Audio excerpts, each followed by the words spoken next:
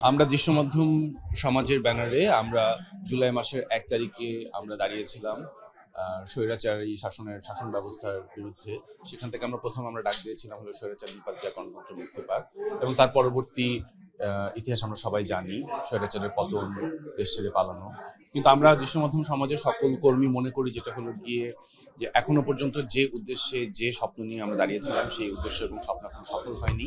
সেটার সাংস্কৃতিক এক ধরনের লড়াই বজায় রাখাটা খুব জরুরি হয়ে পড়েছে এখন, সবসময়ের মধ্যে, এবং এখন আরো বেশি করে জরুরি হয়ে পড়েছে। এবং আমরা মনে করি যেটা হলো গিয়ে নতুন বাংলাদেশ বিনির্মাণে শিল্প সংস্কৃতি একটি মৌলিক হাতিয়ার হিসেবে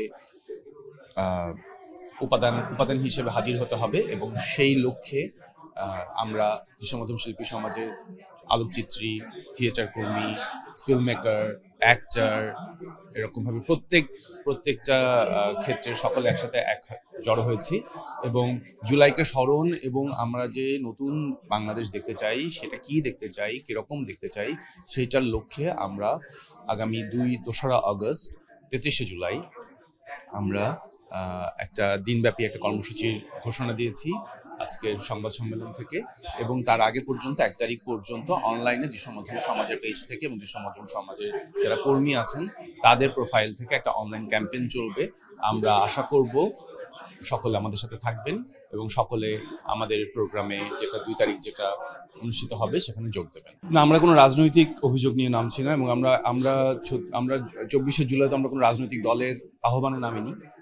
আমরা নেমেছিলাম হলো গিয়ে আমাদের ছাত্ররা, আমাদের জনগণ, আমাদের শিশুরা, আমাদের শ্রমিকরা, আমাদের রিকশাওয়ালা মামারা সকলে নিহত হচ্ছিলেন, একের পর এক নিহত হচ্ছিলেন। এটা হলো, এবং আমাদের দেশে আমাদের ট্যাক্সের টাকায় আমাদের জনগণের উপরে গুলি চালানো হচ্ছিল।